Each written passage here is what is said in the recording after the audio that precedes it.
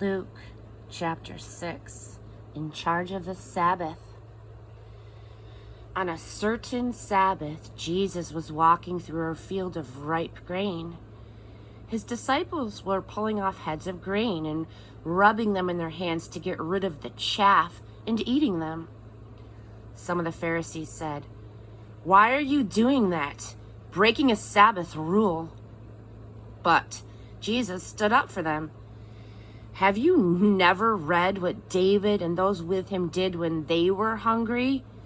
How he entered the sanctuary and ate fresh bread off of the altar, bread that no one but priests were allowed to eat.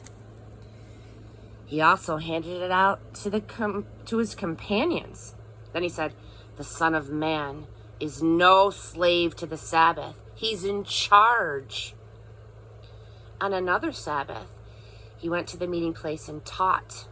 There was a man there with a crippled right hand. The religion scholars and the Pharisees had their eye on Jesus to see if he would heal the man, hoping to catch him in a Sabbath infraction. He knew what they were up to, and he spoke to the man with the crippled hand. 'Get up and stand here before us.' And he did. And then Jesus addressed them. 'Let me ask you something. What kind of action suits the Sabbath best? Doing good or doing evil? Helping people or leaving them helpless?' He looked around. He looked each one in the eye. He said to the man, 'Hold out your hand.' He held it out. It was as good as new. They were beside themselves with anger and started plotting how they might get even with him. The 12 apostles. At about that same time, he climbed a mountain to pray. He was there all night in prayer before God. And then the next day, he summoned his disciples from them. He selected 12 he designated as apostles. Simon, whom he named Peter, Andrew, his brother, James, John, Philip, Bartholomew, Matthew, Thomas, James, son of Alphaeus, Simon called the Zealot, Judas, son of James, and Judas Iscariot, who betrayed him. You're blessed. Coming down off the mountain with them, he stood on a plain surrounded by disciples and was soon joined by a huge congregation from all over Judea and Jerusalem, even from the seaside towns of Tyre and Sidon. They had come to both hear him and to be cured of their ailments. Those disturbed by evil spirits were healed.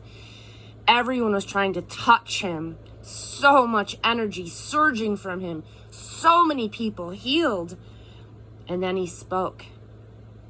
You are blessed when you have lost it all. God's kingdom is there for the finding. You are blessed when you're ravenously hungry, because then you are ready for the messianic meal. You are blessed when the tears flow freely, because joy comes with the morning.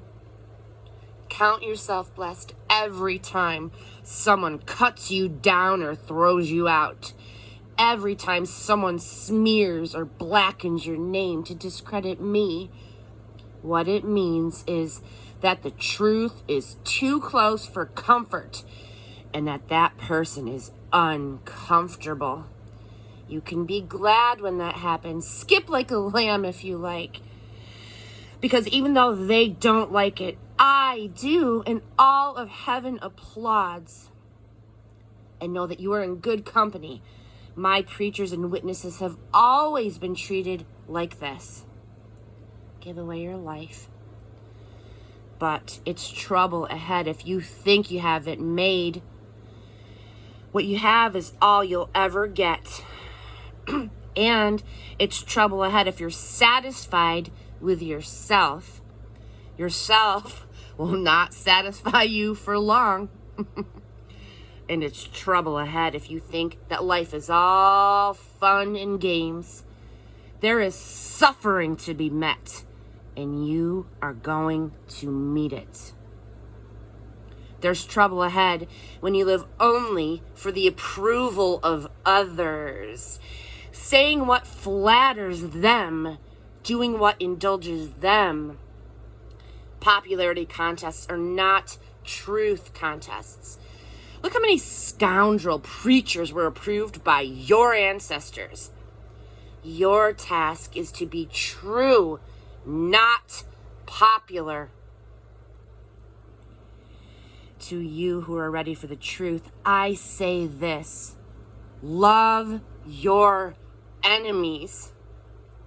Let them bring out the best in you, not the worst. When somebody gives you a hard time, respond with the energies of prayer for that person.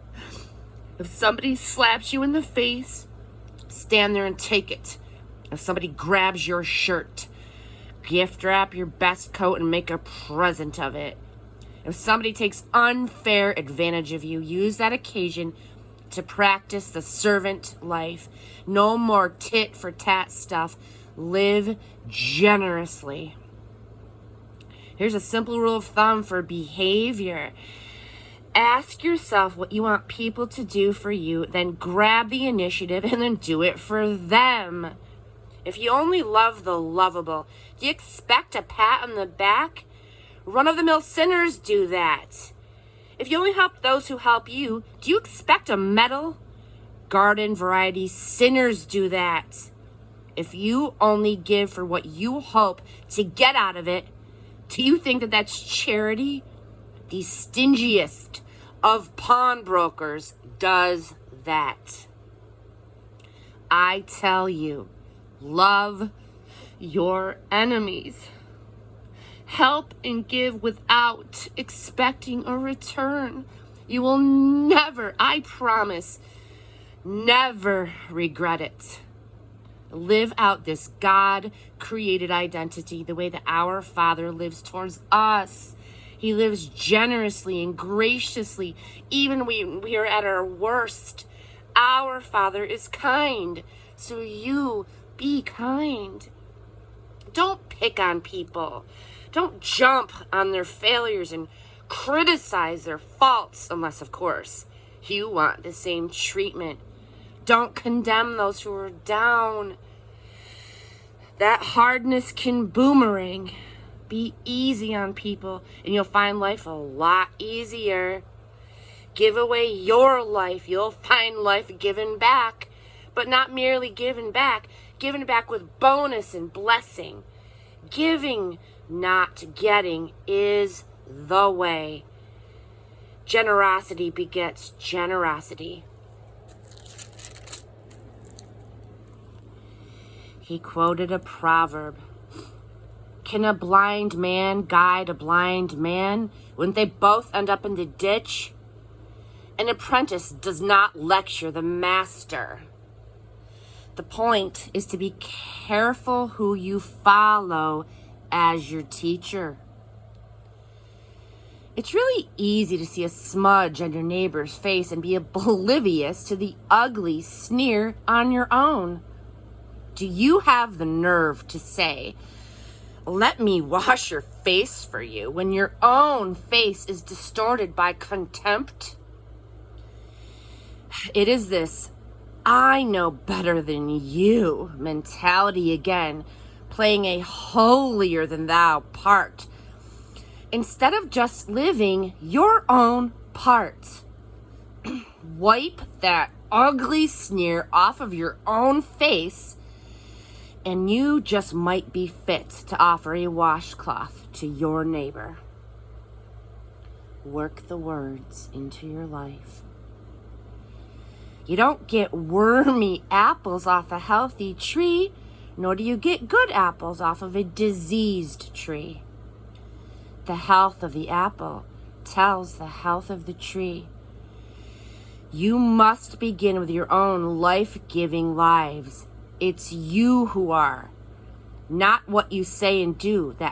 It is who you are, not what you say and do, that counts. Your true being brims over into true words and deeds. Why are you so polite with me, always saying, yes, sir, and that's right, sir, but never doing a thing that I tell you? These words that I speak to you are not mere additions to your life, homeowner improvements to your standard of living. They are foundation words, words to build a life on. If you work the words into your life, you're like a smart carpenter who dug deep and laid the foundation of his house on bedrock. When the river burst its banks and crashed against the house, nothing could shake it. It was built to last. But if you just use my words in Bible studies and you don't work them into your life, you are like a dumb carpenter who built a house but skipped the foundation. When the swollen river came crashing in, it collapsed like a house of cards. It was a total loss.